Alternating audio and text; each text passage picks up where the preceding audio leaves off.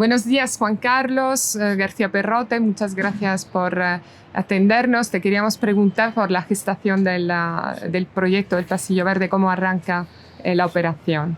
Sí.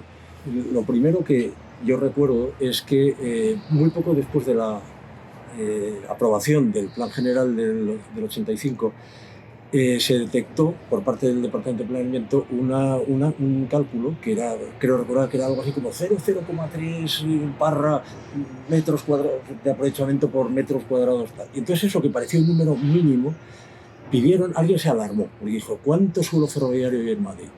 Entonces me lo ocupé yo, me lo encargaron, vamos, una cosa que yo estaba trabajando allí, es decir, que simplemente pues, me puse, hice el cálculo, cogí el término completo, dije cuántos son los suelos ferroviarios, cuánto miden, y claro, el conjunto de suelos ferroviarios era brutal, o sea, hacía una cantidad enorme. Entonces, claro, cuando vieron que el índice, aunque fuera un índice de esos como cuando se dice un índice bajo para un impuesto y luego es muchísimo monto, pues era tanto que empezaron a pensar que si Renfe, entonces, que no existía DIF, se daba cuenta, pues podía reclamar unos aprovechamientos tremendos, ¿no? Como es conocido, los grandes poseedores de suelo son básicamente Defensa y en aquel momento el suelo ferroviario. Luego había otros, porque son muchísimos suelos, ¿no?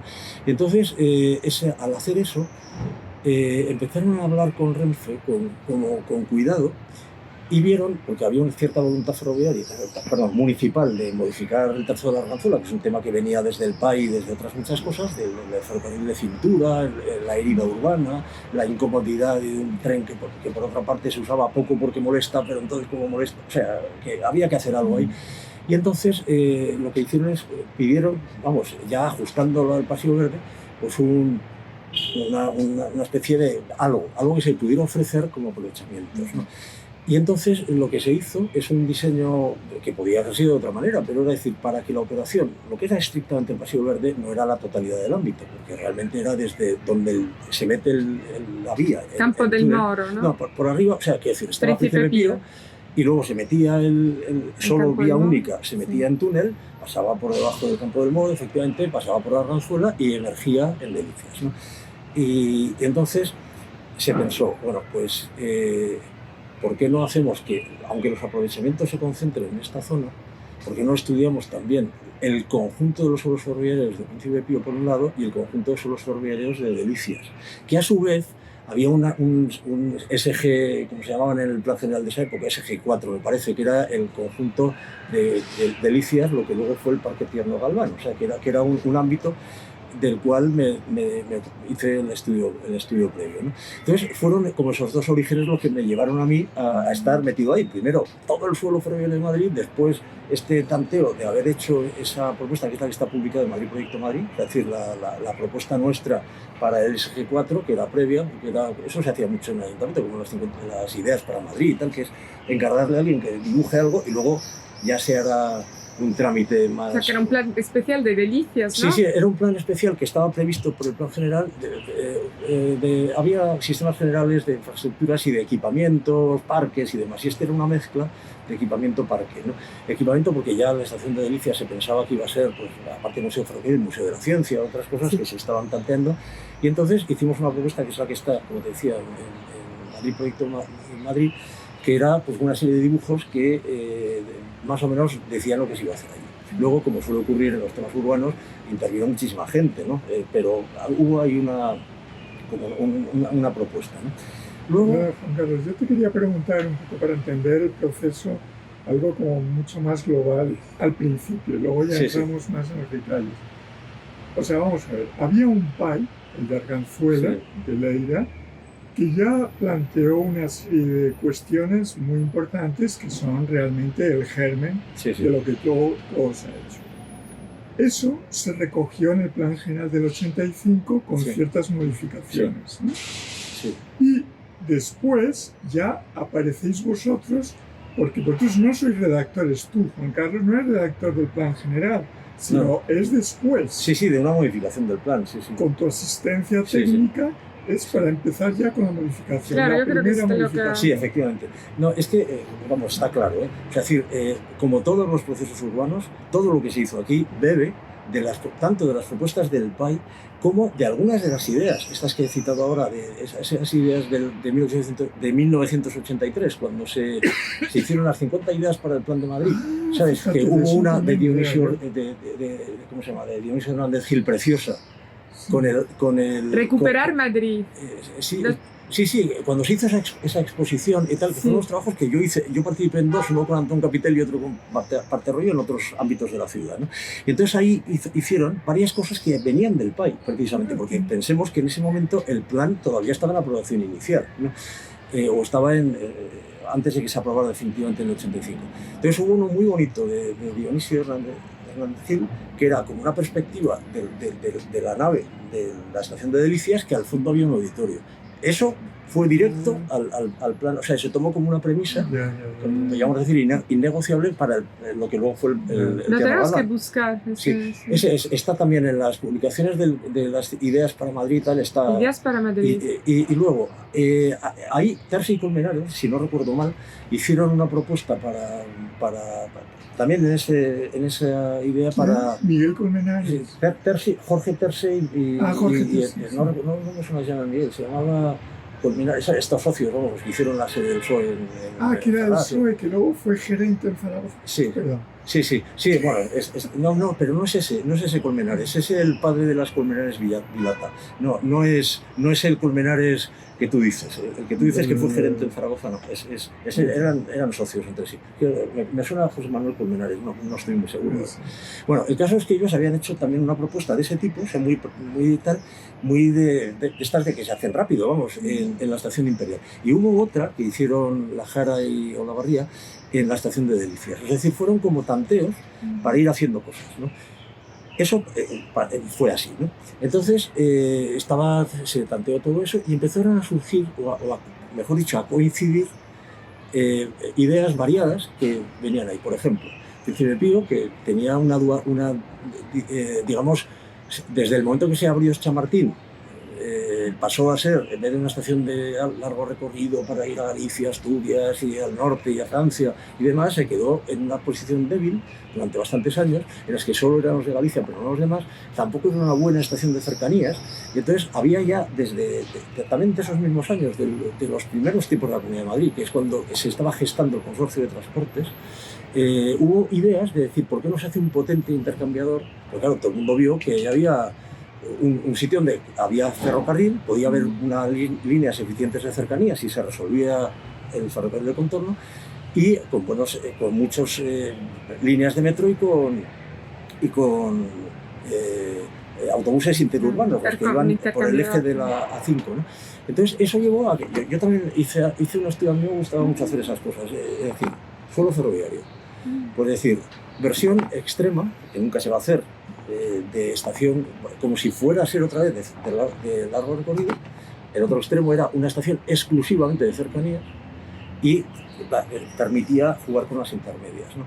Entonces, de ahí salió el hacer un poco lo que se ha hecho después, que fue cuando se estuvo estudiando el encuentro de la línea 10, con esa anécdota de la época de Esperanza Aguirre, de que cuando se hizo el tanteo, el metro iba a pasar en puente sobre el río. Dijo que de ninguna manera no se podía tocar ni un árbol. Entonces se hizo el estudio para pasar por debajo del río y se veía que no llegaba, que no podía ascender con la tanto. pendiente. Pero se llegó a una solución muy fácil, porque es cuando se cambia la premisa, dices, en vez de que tenga que llegar horizontal aquí, ¿y qué pasa si llega horizontal 10 metros más allá?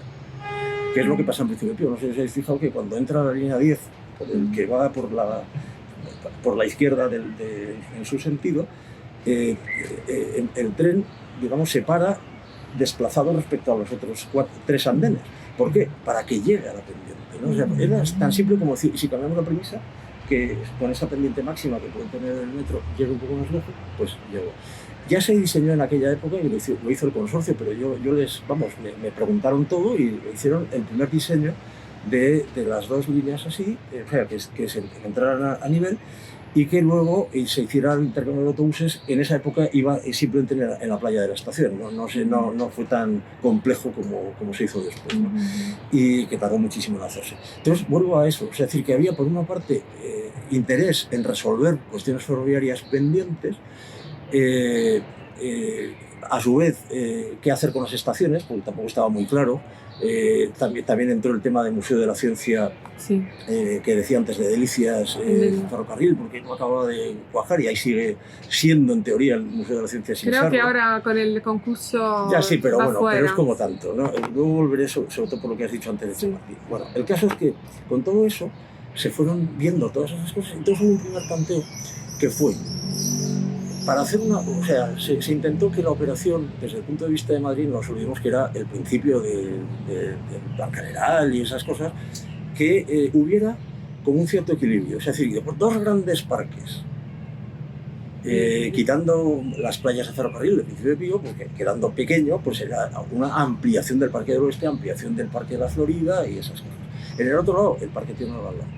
Y eso, digamos, con un gran desarrollo de suelo, vamos, de suelo público verde, pues compensaba sin grandes abusos en los aprovechamientos que sí se podía entender que era razonable que hubiera en todo tanto en el trazado, en todos los huecos que iban quedando, como justo enfrente de la playa de Vías de Delicias, en el frente, no me acuerdo cómo se llama esta calle, la que está en sur. No sé qué. Eusebio. Y luego está Tomás Bretón, que es donde están las viviendas ferroviarias. En el borde, ¿no? Sí. Que era el sitio bueno, o sea, lo que antes es una playa de Vías, pues el sitio bueno, ¿no? Porque lo que era de Renfe, ¿no? Y en Príncipe Pío, pues como estaba la estación con su marquesina y en paralelo la playa de Vías para cambios y demás, pues donde está ahora el barrio que hay ahí, ¿no? Entonces fue como concentramos en los extremos dos aprovechamientos algo más grandes, concentramos a lo largo de la vía, no había, en algún sitio había muy poco, ¿sabes? Porque no era solo la vía y ya está, como el paseo, la avenida o el paseo del ferrocarril, que no había nada, ¿no? Pero en cambio en otros se podía sacar algo, como pasaba en la vía Imperial y en sitios así. Y luego obviamente estaban los dos intermedios que eran Imperial, o sea, la estación Imperial y la estación de Peñuelas. El Imperial, como venía del estudio anterior, es que esto es lo que tú decías antes, de cómo son hijos de ideas anteriores, algo que pasa tanto esto que a algunos arquitectos les parece muy raro, pero que los que hemos dedicado más a las ciudades sabemos que es así siempre, ¿sabes? Siempre hay una evolución y muchísimas ideas de gente muy variada, ¿no? Y entonces ahí se sacó el que hubiera una especie de Vallehermoso del Sur, como le llamaban en esa época, que tuviera un pequeño estadio tal, y ahí, o sea, la propuesta, ahí no, la que se acabó diseñando en el Paseo Verde inicial, que luego ya se hicieron otras cosas, fue la que hicimos nosotros, ¿no? Un tiempo después. Y en Peñuelas, en cambio, se pensó que bastaba con un parque que era como la mitad del tal, y había un aprovechamiento algo mayor de viviendas, en parte por compromisos anteriores, porque había en el final de la estación, que ya no era de Renfe, lo que está más cerca del río. Abajo, ahí había una promoción que no era, porque se había acabado ya el foro ferroviario y se estaba haciendo una promoción bastante de cierta altura, ¿no? Con lo cual pensaron, bueno, esto va a quedar un poco raro, no vamos a hacer que esto tenga un poco de... O sea, lo que hicieron es partir a lo largo, no así, como equipamientos y parque en un lado y en el otro algo más, y llegando sobre todo a que hubiera a resolver el momento del paso del tren. O sea, ahora entiendo por qué las viviendas de borde efectivamente son iguales a toda la promoción que hay detrás que va hacia el río, porque no entendías, cierra la manzana, cierra el... hubo un compromiso entre... En todo el Paseo Verde hubo muchísimas cosas de este tipo, o sea, es decir, de ir resolviendo y haciendo y tal. Bueno, entonces, con todo eso, que iban juntándose papeles diversos, yo había hecho, como dije, siempre como asistencia técnica desde el ayuntamiento, yo iba ahí por las mañanas y a ver, ¿qué hay que hacer? ¿No? Pues íbamos haciendo cosas de este tipo, fueron empezando a combinarse y en un momento dado hubo ya una negociación con Renfe con el Ayuntamiento de Madrid, ¿no? Y se llegó, como suele ocurrir con los buenos planes, ya comentaré luego lo que pasa como en cierto modo se ha estropeado después y ha pasado en Chamartín también, es que había equilibrio. O sea, era a Renfe, que todavía era Renfe, le venía bien, o sea, porque era razonable para lo que ellos pensaban, o sea, o dicho de otra manera, se compensaba el coste de hacer doble vía y de hacerlo subterráneo con el aprovechamiento, pero tampoco era un abuso absoluto a la ciudad, es decir, había los parques y bueno, hubo un compromiso en que Renfe se hacía cargo de todos los suelos, de los costes ferroviarios y el ayuntamiento se hacía cargo de los equipamientos y de los parques, y en principio de urbanizar, es decir, hubo un reparto razonable también, ¿no? Entonces eso, cuando ya fue cuajando, pues hubo un estudio previo nuestro, vamos, que hice yo con más gente, y luego ya empezaron se llamó a Manuel Ayllón y a, no recuerdo cómo se llama. Alfonso García Santos. No, ese viene un poquito después. Werner. No, el socio, es que no me acuerdo cómo se llama. Ferrer, eso. Es decir, Ayllón Ferrer entraron ahí. Ellos venían, en cierto modo, porque Renfe confiaba en ellos, es decir, bueno, sabemos qué perfil tienen y dónde venían y demás. Entonces ellos hubo, pues como que empezaron a tantear y de hecho hicimos un previo en el que trabajamos juntos. No fue fácil, porque bueno, por intereses es bastante complicado y bueno, en teoría nuestro equipo entraba con el suyo, con el suyo venía este equipo grande en el que estaban Sol Madridejos y Juan Carlos Sánchez Bau, era Bau, ¿no? Sí, Bau, que eran 10 o así, y bueno, yo les traté a todos, estuve en el estudio que tenían en pleno centro de Madrid, en fin, bien, ¿no? Con ellos mejor, ¿no? Pero el caso es que ahí estuvimos haciendo cosas que llegaron a algo que se enseñó públicamente. Comento esto porque luego hubo algún conflicto de autoría, ¿no? Ya digo que yo en esto de hecho es muy confuso un poco esa información. Pero, y hasta de premios y demás, pero bueno. Entonces, con todo eso, una vez que se presentó y se expuso en alguna parte y sirvió básicamente como base de negociación, porque claro, como todos los convenios y todos los planes universitarios, sí, muy bonito, pero a ver, cuánto cuesta y cómo se hace y tal, ¿no? Y entonces, una vez hecho eso, ya el ayuntamiento me encargó a mí como asistencia, que yo lo organicé con un equipo, ¿no? Que era hacer el trabajo, digamos, puro y duro de modificación del plan general. Además fue curioso el nombre porque era la primera modificación del plan. Y no querían de ninguna manera que se llamara revisión. O sea, es de esas cosas como que no, o sea, revisión no puede ser. No, es que normativamente revisión hubiera supuesto probablemente alguna cosa. No, por supuesto, y además pero no solo por eso, que también, por supuesto, y que es la razón principal, sino porque no querían. O sea, vamos a ver, hemos aprobado el plan hace nada, o sea, es decir, como 3 años, no queremos una modificación puntual. Claro, llamar de modificación puntual a eso es un poco fuerte. Claro, es media ciudad. Sí, porque es media ciudad, pero bueno, modificación en los ámbitos afectados por la operación pasiva de ferroviarios en nombre del expediente, ¿no? Entonces, para eso sí que hicimos, es decir, agrupando un poco todo, y eso sí lo hice yo con un equipo nuestro, es decir, que fuimos tocándolo todo, llegando a una solución, y ese estudio, es decir, para que se armara bien, porque fue un expediente incontestable y todas esas cosas, pues hizo un encargo, que lo hizo el ayuntamiento, lógicamente, o sea que nosotros hicimos el trabajo de los planos y de todas esas cosas, pero se hizo un estudio de viabilidad puramente infraestructural a CISAC y Romeu. Otro a Sambricio de estudio geográfico, histórico y demás. No recuerdo ahora el nombre exacto, pero vamos. Hubo como varios estudios de este tipo.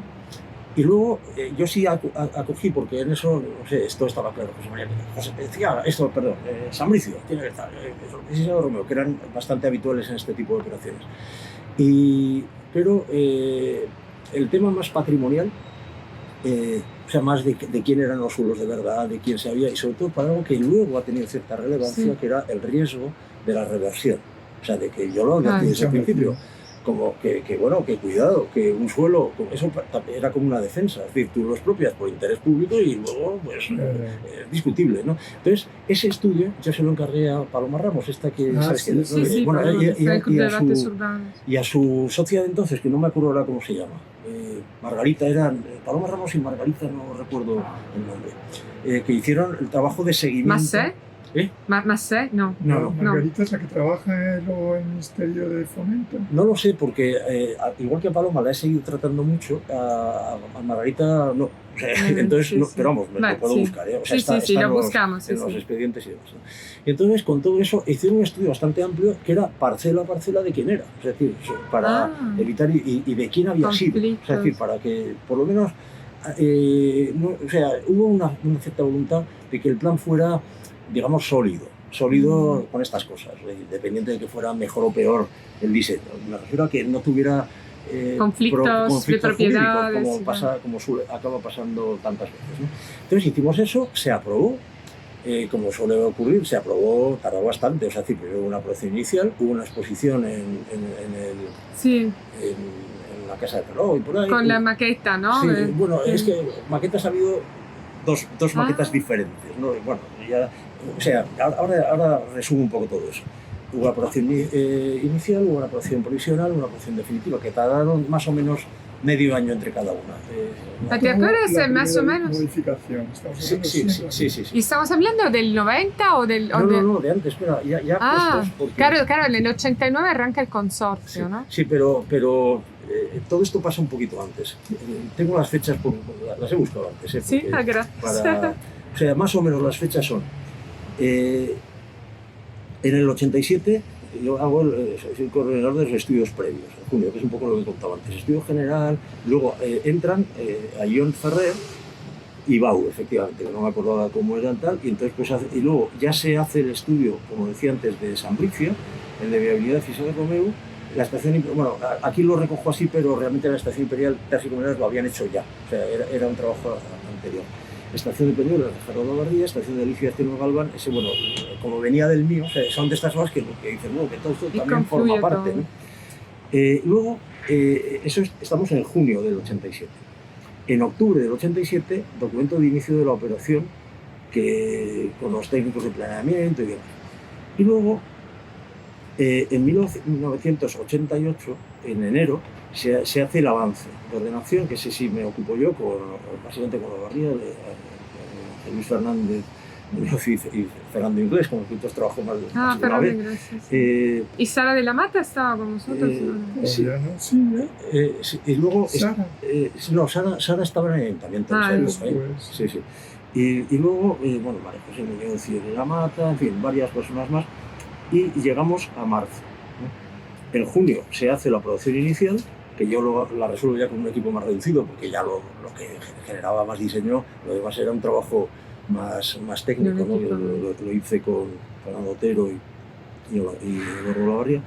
Y luego en el 89 se iba a haber aprobado en octubre, pero hubo problemas municipales, por lo que fuera, que a mí me hicieron, un daño considerable, porque claro, como decía, ¿y qué nos vas a tener haciendo mientras tanto? ¿Sabes? Porque claro, cuando tú tienes gente específica para ese proyecto y se retrasa un tiempo, pero bueno, en enero se hizo la aprobación provisional y luego ya la definitiva llegó en octubre. Se tardó mucho, pero vamos, eso ya no había que hacer nada, era simplemente que si había alguna alegación que responder. Entonces, bueno, el conflicto con este equipo, Ion y demás, vino que mientras tanto se iba gestando el consorcio, ¿no? El consorcio, como es lógico un consorcio de este tipo, no había duda que iba a ser, por una parte, Adif se hizo un poquito después, en el 91 o por ahí, no me acuerdo ahora, y el ayuntamiento. Entonces, pues el presidente de uno, el consejero delegado de otro, así fue, ¿no? Entonces, el presidente fue el concejal, que era Esperosín, que era el que estaba más o menos... pero por parte de Renfe, que ahí se movió muy bien con sus maneras y sus cosas a Ion, y entonces él se hizo a su vez el consejero delegado, ¿no? Del consorcio y gerente. Entonces, bueno, pues ya montaron todo el consorcio, en el que también habéis participado vosotros, vamos, Luis, en tiempos y demás, ¿no? Lo que pasa es que eso llevó una cosa que a mí me dejó siempre muy asombrado, porque desde el ayuntamiento le dieron el premio de estos premios de obra pública y estas cosas a lo que habíamos hecho nosotros. Entonces ellos se pusieron como fieras, no sé decir, porque ¿cómo es posible? ¿No? A mí no me hubiera importado nada que viniera, como luego viene, por ejemplo, en estas guías de Madrid, en la guía que Ramón lo cuenta muy bien, Ramón lo cuenta con todo lo que se ha hecho, y de hecho lo que viene en la ficha del tomo en Sánchez, con todos los documentos, es muy fiable, ¿no? Es decir, ¿Cuál dices de Ramón? En la guía de Madrid, esa que tiene uno pequeñito que es casco antiguo, otro que son en Sánchez y otro que son periferias. De la guía de Madrid. Sí, la guía que viene dentro de la caja, la que hizo el colegio con servicio histórico y todas estas cosas. Pues en el de Sánchez hay una página, no recuerdo ahora cuál, pero vamos, una página más o menos amplia, en la que viene todo. Pero todo combinado, es el único que de verdad ya era como decir, vamos dejando de tonterías, ¿no? Pero lo que acabó pasando, y a mí me ha generado bastantes conflictos por otros motivos, ¿no? Que es que el ayuntamiento nos dio el premio a nosotros, con lo cual está publicado. Estos premios eran urbanismo, arquitectura y obra pública, si no recuerdo mal, tal edición, por la que sea. Y luego, entonces ellos maniobraron para que el colegio les diera el premio del colegio a ellos, ¿no? Entonces, por eso hay otro premio, he entendido, yo no cada entendía. uno va con su premio y cada uno va con su dibujo. Entonces, el dibujo nuestro tiene una manera de estar dibujado y el de ellos tiene otra. Es decir, pero vamos, luego la realidad es parecida, entre otras cosas, porque lo que de verdad más o menos se ha hecho, más o menos, es lo que hicimos nosotros, pero era lo que, esto ya sabemos, lo que está... A ver, ¿qué dice el plan? Aquí este dibujo es muy bonito, pero ¿qué dice el plan? El plan dice lo que dice, ¿no? Qué curiosidad, si estaba en el COAM cuando les dieron el premio a ellos de decano, ¿te acuerdas? Bueno, en esa época estaba todavía Luis del Rey. Luis del Rey. Entonces, cuando se forma el cuando concurso, se forma el tú ya no sales de allí. Papel, simplemente se hace, aparece Alfonso García Santos, aparecen otras muchas personas, está Victoria Catalina, sí, y otras personas que estaban allí, los equipos, porque claro, como es lógico, y eso hay que tenerlo claro siempre cuando hace un proyecto de esta envergadura, yo lo decía muchas veces, esto dará pues 30 o 40 proyectos, igual que cuando hice un poquito después para la Comunidad de Madrid el Arroyo del Culebro, si esto va a dar para 200 proyectos distintos, igual que Madrid-Riva da para 90 proyectos distintos, aunque en este caso los hayan hecho los mismos, ¿no? Pero vamos, que es así, o sea, simplemente es algo que cuando te dedicas al territorio de la ciudad lo asumes, o sea, que no eres tú el que lo hace todo, ni mucho menos, ¿no? Y entonces ya a partir de ahí ya todo lo que se ha hecho con todas las cambios, negociaciones, porque después sí que se han hecho ya desde el propio consorcio y lógicamente con los técnicos del consorcio se hicieron pues las modificaciones, en ese caso sí que son realmente puntuales que hubiera que hacer, ¿no? Pues aquí un ajuste de la iluminación, aquí un ajuste tal, eso pasó especialmente en el tramo más difícil que era el intermedio. Claro. Antes del paso del ferrocarril, que no había ninguna duda, el ferrocarril iba por debajo de la calle, está, sí. pero el intermedio, que pasa a veces por... O sea, el tren pasaba por debajo no de las calles. Por ejemplo, al principio del Paseo Imperial, cuando ya pasaba el Campo del Moro, el Parque de Atenas y demás, y ahí de hecho hay una de las manzanas más, vamos, de los bloques más difíciles, porque era muy estrechito, ¿sabes? Pero no iba a pasar. Luego ya... por ejemplo, lo que se hizo, el residencial de Imperial sí se parece bastante a lo que habíamos hecho inicialmente y el de Peñuelos también. Pero algunos de los intermedios, y luego, además me parece muy bien, o sea, es decir, que fueron apareciendo equipamientos diversos que ya pues, eran los que fuera, o sea, es decir, como cualquier operación urbana, ¿no? Y luego un aumento de edificabilidad al final muy importante en Príncipe Pío, que allí construyeron unos bloques sobre las vías ahí es donde muy más altos. Cambiaron, ahí es donde más cambiaron, porque la propuesta inicial era, pero lo que pasa es que es tan simple, vamos, y ahora ya haré el comentario de Chamartín. ¿Qué ocurrió? Que cuando se había hecho todo, se veía que, como pasa siempre, que la obra va a ser más cara y que no sé qué, entonces decidieron que donde menos daño hacía era allí. O sea, que hacía más daño si se tocaba ocupando mucho, las playas que ya no servían. Sí, entonces pues nada, ahí empezó a crecer, ¿no? La máquina pues empezó a crecer y ya está, ¿no? Pero bueno, en cualquier caso fue una operación razonablemente equilibrada. ¿Qué ocurrió? Que cuando todavía no se había culminado, pero estaba ya en marcha, porque el consorcio más o menos es 90-98, bueno, aunque eso lo sabéis mejor vosotros, ¿no? Pero muy poco después, cuando ya estaba empezando a funcionar, se puso en marcha la operación Chamartín. Sí. Y eso, claro, ya entonces el gestor ferroviario ya vio que esto de hacer negocios con el ayuntamiento, vamos, o consorcio con el ayuntamiento estaba muy bien. Y entonces, claro, dijeron, pues hacemos lo mismo, es decir, sobre la playa de Villas de Chamartín hacemos una gran operación. Lo que pasa es que ya empezó a cambiar. Yo recuerdo que el ayuntamiento hubo un primer conato que luego ya se olvidó, de que mantuviera por lo menos algo de lo que tenía el Paseo Verde positivo, que era el equilibrio. Es decir, los parques en los extremos, la flecha intermedio. Pero claro, eso cuando ya se hizo, y además, tal y como se hizo, que lo sabéis, pues con el concurso de promotor arquitecto que ganó Gofil, se entró a John también. Ya lo sé. Y ahí, bueno, pues ¿qué ocurrió? Que allí ya el panorama era ya una operación inmobiliaria mucho más potente y ya que lo demás, y también es verdad que con una infraestructura también muy cara, ¿sabes? Por cómo se estaba diseñando. Pero ¿qué ha ocurrido? Que es un poco lo que decíamos, sí, vale, todo lo que queráis, pero desde el 93 hasta hoy ha habido 100, 8 o 9 distintos planeamientos, primero los de Bofill, después incluso el de José María, que ahora ya como con herreros, ¿no? Sí, con herreros y con Rogers, no sé. Sí, y otros muchos, porque haya habido desde cuando eran las 3 administraciones las mismas, desde ya las administraciones municipales, o sea, ha habido de todo, pero simplemente lo que había, y claro, por eso ellos quieren rescatar esto, porque defender, con todas las vaivenes en la época de Carmena, o sea, todas las idas y vueltas que ha habido con la operación, incluso sus cambios de nombre, siempre hay latente un problema de legitimidad. O sea, es decir, hasta qué punto, tanto el tema de los reversionistas, que ahora la paradoja es que Espelosi se convirtió en el que maneja a los reversionistas, ¿sabes? Después se dio cuenta, es mucho mejor, vale, pues no era tonto para nada. A ver, antes yo estaba en este lado y los reversionistas estaban aquí, ¿qué tal si me pongo aquí? Pues mucho mejor.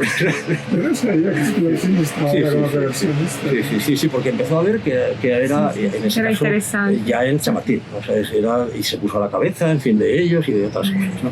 Pero bueno, más o menos esa es la historia. Luego, obviamente, la ciudad tarda en hacerse, han pasado mucho tiempo. La obra, lo que es estrictamente un episodio que no he citado, pero que una de las cosas que nos dio bastantes disgustos iniciales, porque era que Mahou, que todavía no se estaba resistiéndose al traslado, pidió expresamente un apartadero ferroviario, una cosa que antes el ferrocarril de contorno tenía multitud de apartaderos, como es lógico, ¿no? Especialmente en la zona de Delicias, ¿no? Próxima a Delicias, ¿no? Sí, estándar eléctrico, todo eso. Sí, porque era algo que se manejaba de forma normal, ¿no?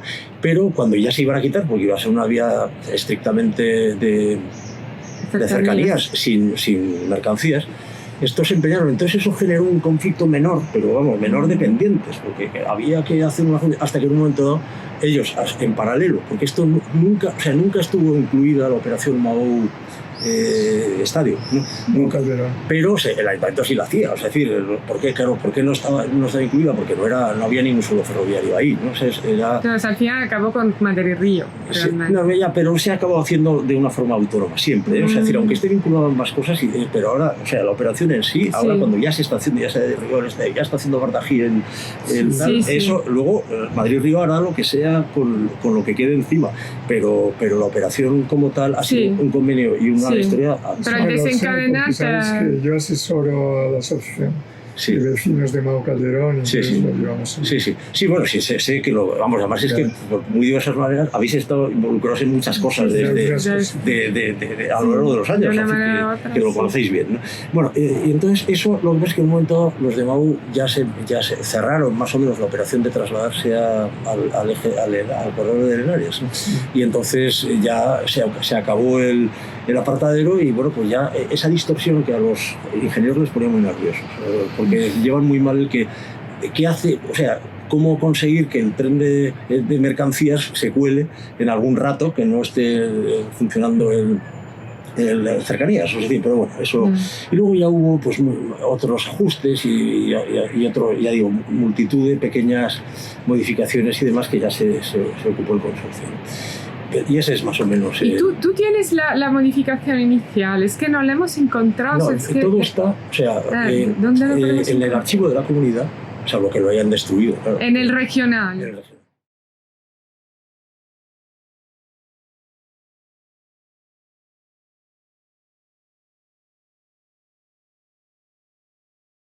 plano que está en la publicación. Sí. Hay tres globales planos más o menos bonitos hechos por arquitectos. Uno es el hecho por Ayllón y Bau en su momento, ¿no? Que no coincide todo lo que hay aquí, pero que tiene este estilo de dibujo, ¿vale? Luego está el nuestro, que es el que está en el folleto, tanto en el folleto desplegable de la Casa del Reloj, como en el libro de los premios del Ayuntamiento, Urbanismo, Obra Pública, Arquitectura, Obra Pública y demás.